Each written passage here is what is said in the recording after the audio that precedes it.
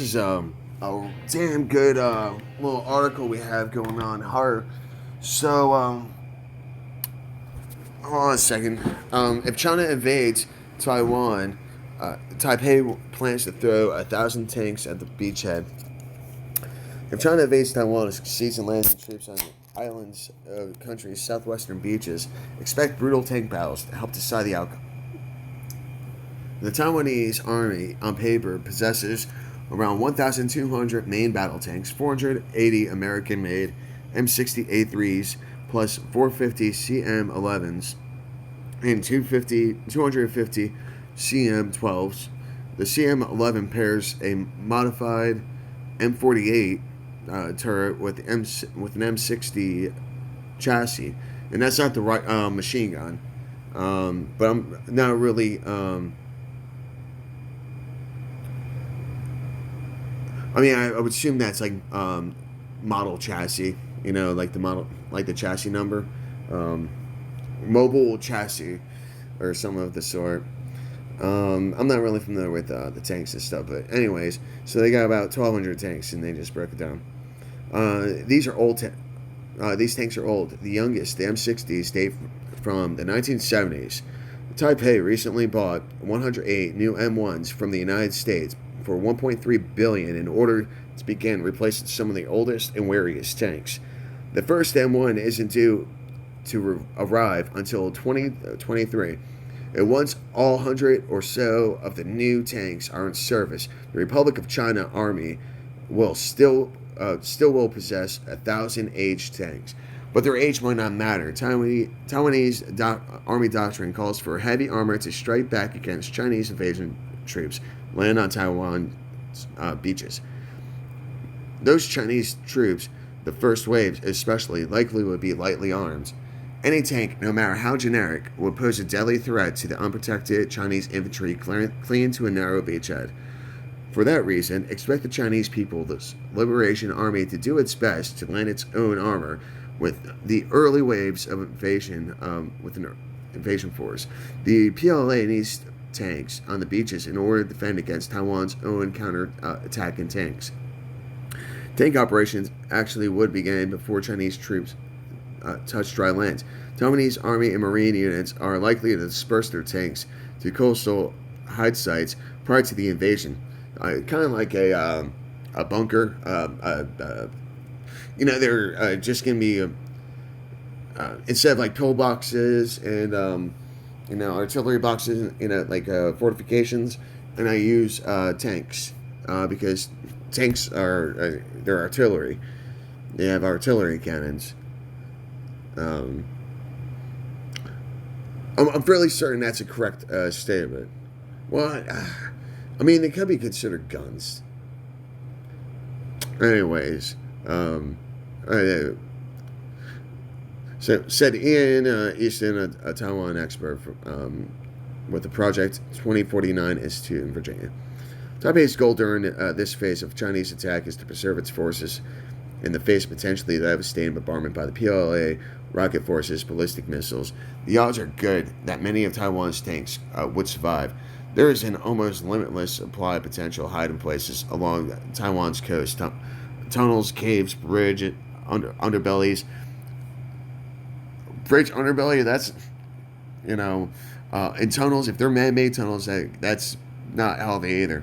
But bridge underbellies, that's not good. Airport hangars. Those aren't. The thing is, you don't want to freaking draw fire from an airport hangar. And empty factories, okay. Definitely. But bridges, no. Tunnels, no. Because, a tunnel, that goes, a cave doesn't have it's a dead end. A tunnel, and get to the other side. So I'd, avoid drawing attention to the tunnel, even though the Chinese probably already have information. The odds are good that many of the Taiwan's tanks would survive. So anyways, some tanks would likely come into action as soon as the enemy began landing. Others would be held in reserve for crushing and decisive counterattacks. Some may be held back for defense of urban centers like downtown Taipei While we tend to think of tanks fighting solely in desolate deserts, historically tanks have often been the design factor in urban battles. On day one, Taiwanese forces would hold the advantage on the ground. For a finite period of time, they will be greatly outnumbered and outgunned. The PLA ambitious forces landed along the coast at beaches, airport tarmacs, and ports. The Chinese Army's own armor uh, could help mitigate this disadvantage. The PLA will try to get as many tanks ashore as quickly as they can, Easton explained. That's easier said than done, of course. A modern main battle tank might weigh as much as 70 tons. That's a heavy load for shallow draft ship. I think that's how you say it, right? Draft, shallow draft. Fortunately for China, it has access to one of the world's largest merchant fleets. In wartime, the PLA plans to mobilize China's entire maritime shipping fleet. Wow. Commanding every single vessel that can make the trip across the Taiwan Strait, which is potentially tens of thousands of ships. And that's like freaking, that's a massive invasion. Like, and the, and that's the damn thing right there. I mean, we're in the area. I'm fairly certain. You know, we've got eyes on the situation. And, well, I think that we would, man, well, we could just drop a mother of all bombs on them and freaking take out freaking, all depends on the vehicle size. But, yeah, I mean, so Taiwan just needs to hold off for at least 12 hours, I would say. At least 12 hours, which shouldn't be a problem, given this. So,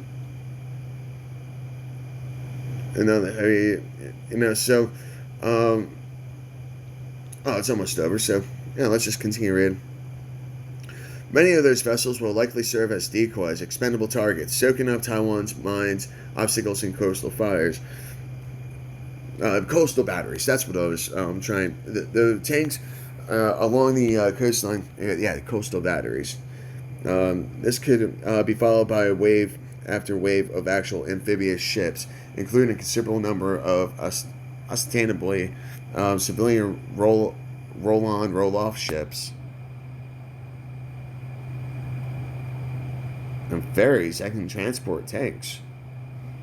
I don't know what a roll-on and roll-off ship is, but hey, ferries. I mean, that's damn near brilliant, to be honest with you. I mean, we have what is it? Hovercraft. We have the Amtrak's, whatever. Those amphibious marine attack vehicle, like they can, self-propelled vessels in the water and stuff, and then they can go, they're amphibious assault vehicles. That's what I'm trying to say. And we have ways, but definitely the United States Air Force is the key to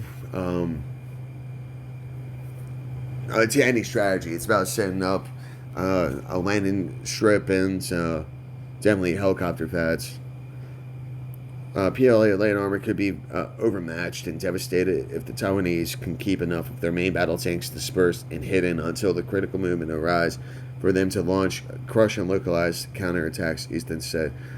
One of the other key variables in such a scenario is which side is able to keep attack helicopters and attack drones overhead to fire against ground targets, Easton said. Helicopters and drones targeting tanks, thin top armor could tilt the balance of heavy battles in the bloody early hours of a war over Taiwan. And so, with that being said too, that we've got drones out there, in circulation. We're keeping eyes on and things, and maybe they not be attack drones, but we can definitely, And that's the thing is, look at how far technology has come, to this day. You can get a drone, the size of a pack of cigarettes that's flying, 10,000, I mean, well, shit, even just, 5,000 feet above your head. You can't see it. And the thing is, that's going to be able to paint a target with a laser. And so just imagine, being able to freaking, you know, have this one little drone that's able to freaking target, like 5 enemy vessels, troop carriers. That's, what's, I mean, like, we thought World War II, has some technology. Like, we haven't seen nothing yet, and so that's kind of like, the hobbyist to me and stuff. Like, anyways, yeah, freaking World War III will be a freaking interesting war. There'll be a lot of cool technology exposed that freaking people think it's nuts. Um, anyway, the fight over Taiwan's beaches is likely to involve heavy forces targeting light forces, a mismatch that could result in extreme violence and bloodshed, in which could be set the stage for the grueling days and weeks that would follow a Chinese landing. This is going to be a complex struggle with staggering losses. Excuse me. That's if the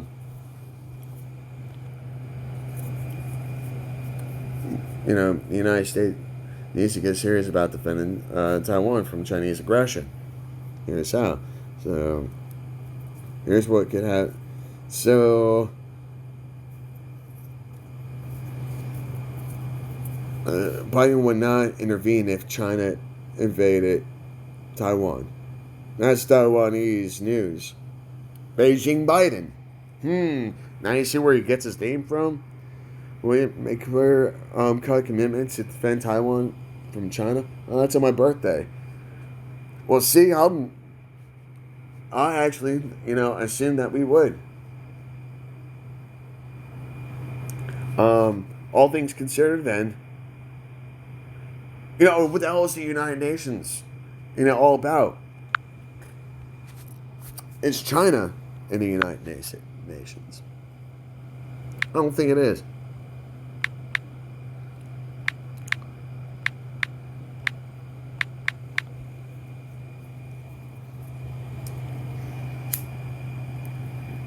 China is one of the charter members of the United Nations and is one of 5 permanent members of the Security Council.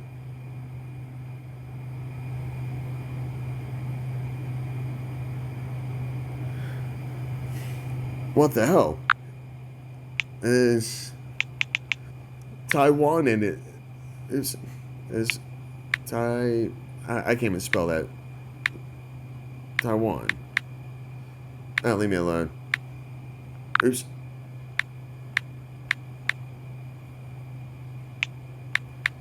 My phone just got racist there. Said ying. In addition to the position of the PRC is People's Republic of China is that the Republic that the ROC does not meet the 4th criterion on the. Oh my God.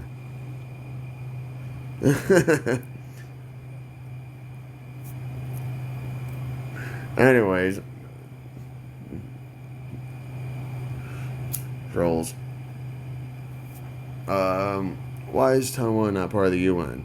In addition, losing their seat in the UN Secretary General concluded from the resolution that the General Assembly considered Taiwan to be a province of China, and thus it does not permit the Republic of China to become a party to treaties for which it is the depository. Interesting. That's very interesting. So now we know. And this is why I excuse me, started doing this video, and I apologize for it being a little long here, and sorry, I'm learning, and all you guys can learn with me, and girls, guys and gals, Experts are warning China may capitalize on the current chaos in America to assert its claim over Taiwan on an island of 25 million people, which is now openly threatening to invade. Australian Strategic Policy Institute's Peter Jennings says recent American chaos gives Xi Jinping, I don't, Xi, Xi Jinping. I'm an ignorant American. Leave me alone. I'm trying. Like I don't speak foreignese. An opportunity to see how far he can push his luck. Liberal Senator Jim Olin told Sky News democracy's on edge and prepared for every eventuality because to lose Taiwan will leave South Korea, Japan, and the Philippines vulnerable. So, wow, and see, this is what colonization is. Because, well, hold on, before we actually,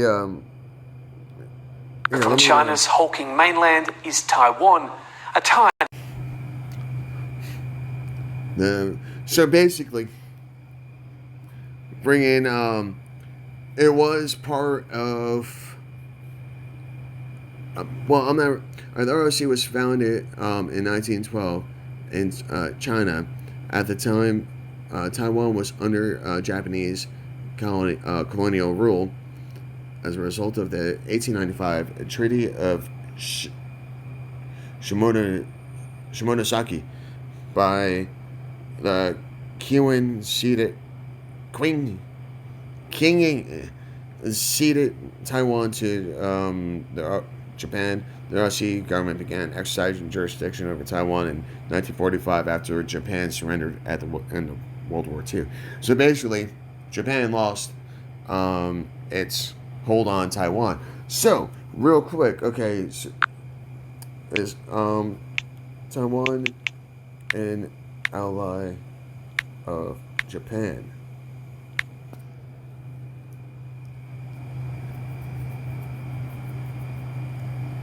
On April 28, 1952, a formal peace treaty was concluded between Japan and what is now Taiwan, as the former refrained from recognizing that the People's Republic of China at that time. Bilaterally, Japan had and still has from members of the Japan Business Federation strongly trading ties with Taipei. Okay, in brief, Japan's foreign policy operates under a dualism when it comes to China. Tokyo has recognized the need to build some semblance of diplomatic comedy.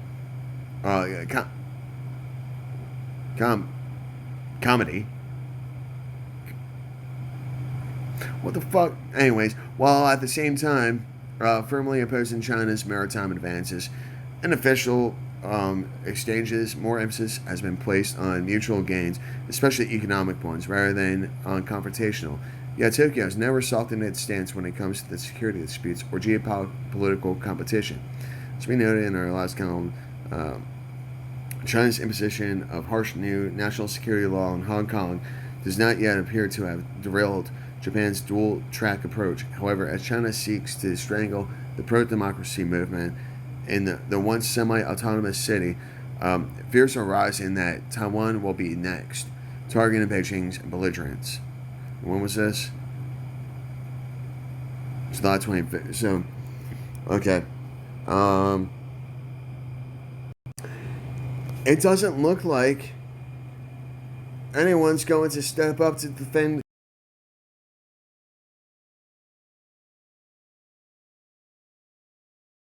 And the U.S. is freaking in this dualism too.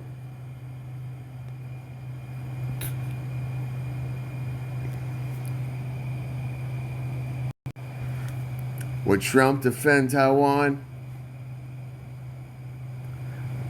NPR, National Public Radio, really?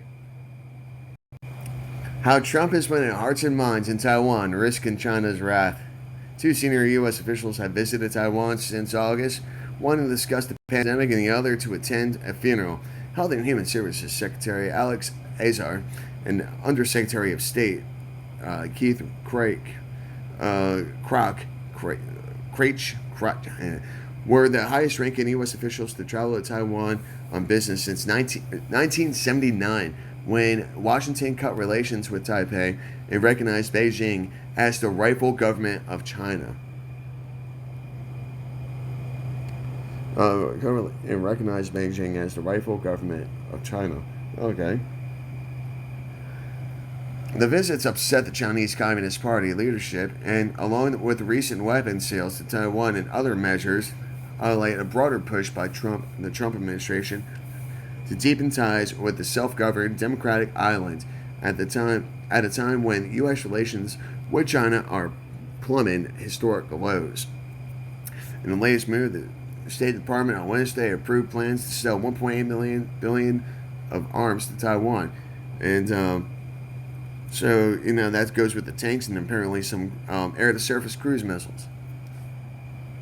Air-to-surface. So that means for the Air Force, huh?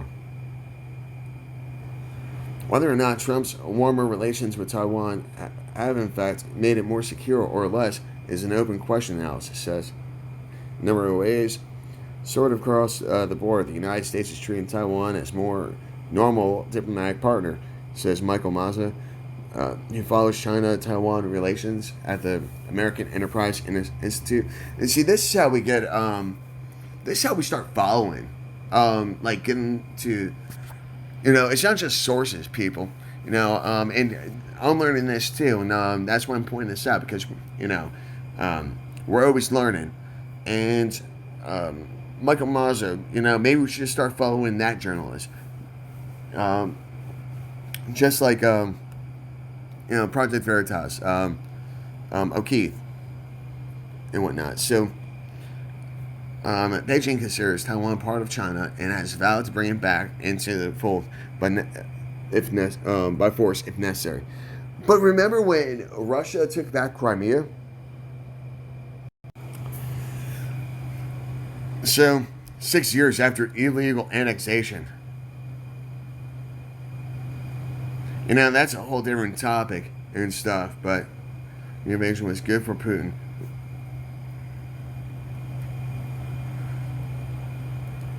An illegal move that violated the territorial integrity.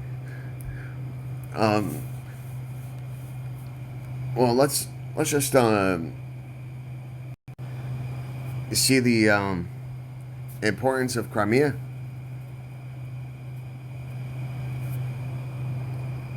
That's like,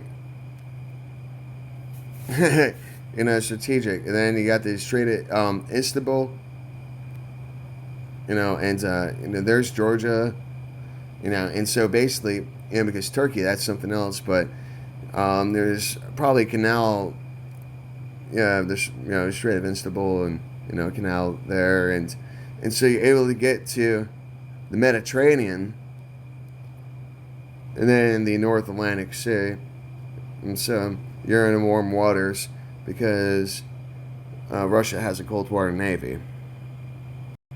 Oh, real quick, before we continue with this video, with this from Sky News, and I appreciate it, Australia, y'all are the best, and I wish that we could build a bridge to you, because y'all are like freaking Texas, man.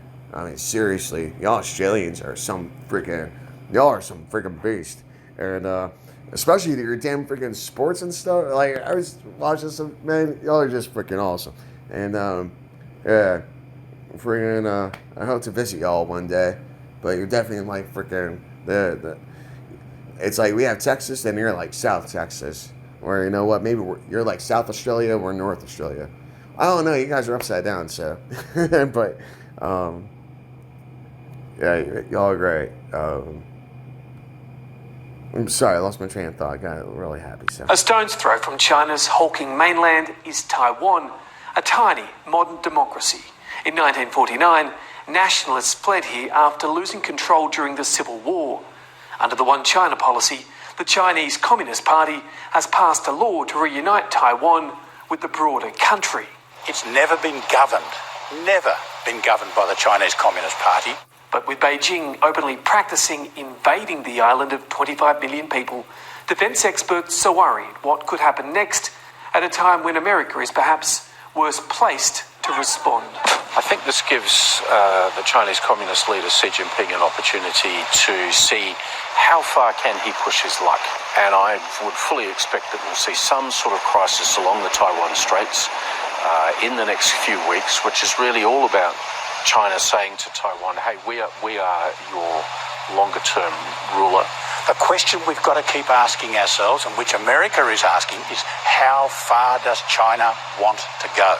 Retired Major General turned Senator Jim Molan says democracies right now are on edge, especially in the region.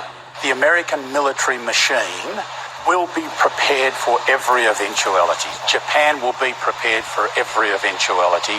South Korea will be prepared for as much as it can.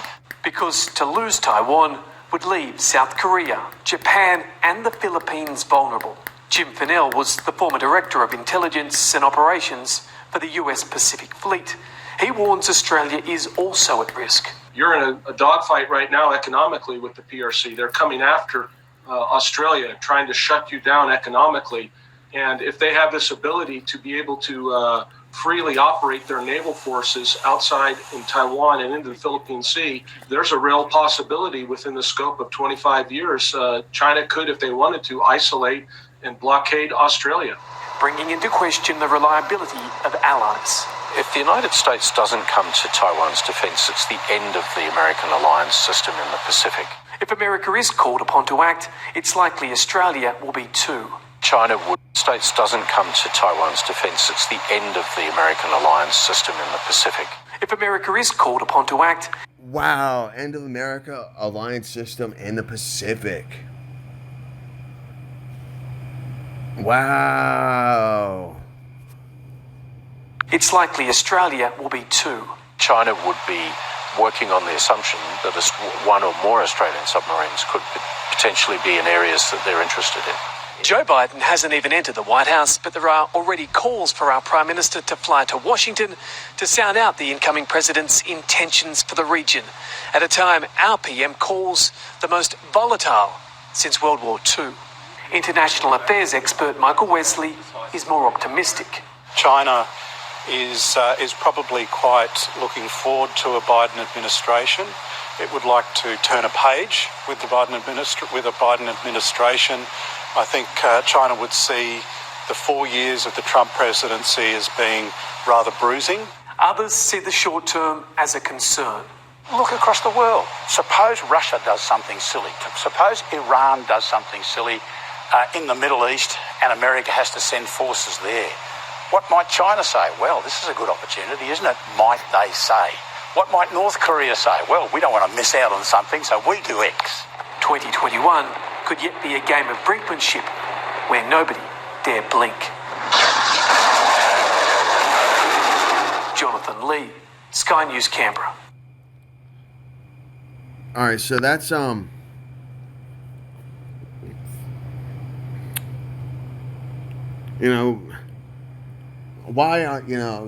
we need to stand with these, get away from.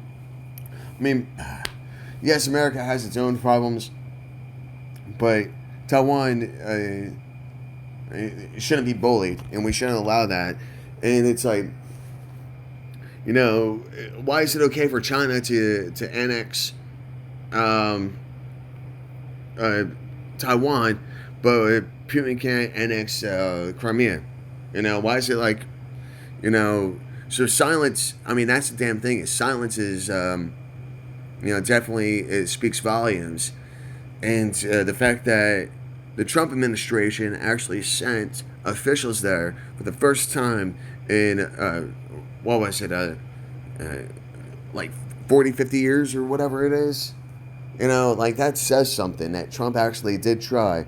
And so I don't care what, and actually an arms deal and things like that, so, yeah, and what I fear, too, is that Biden, Taiwan just got invaded by China. Well, Taiwan still owes the United States this money, and then those vehicles get confiscated, but that armament gets taken over by China.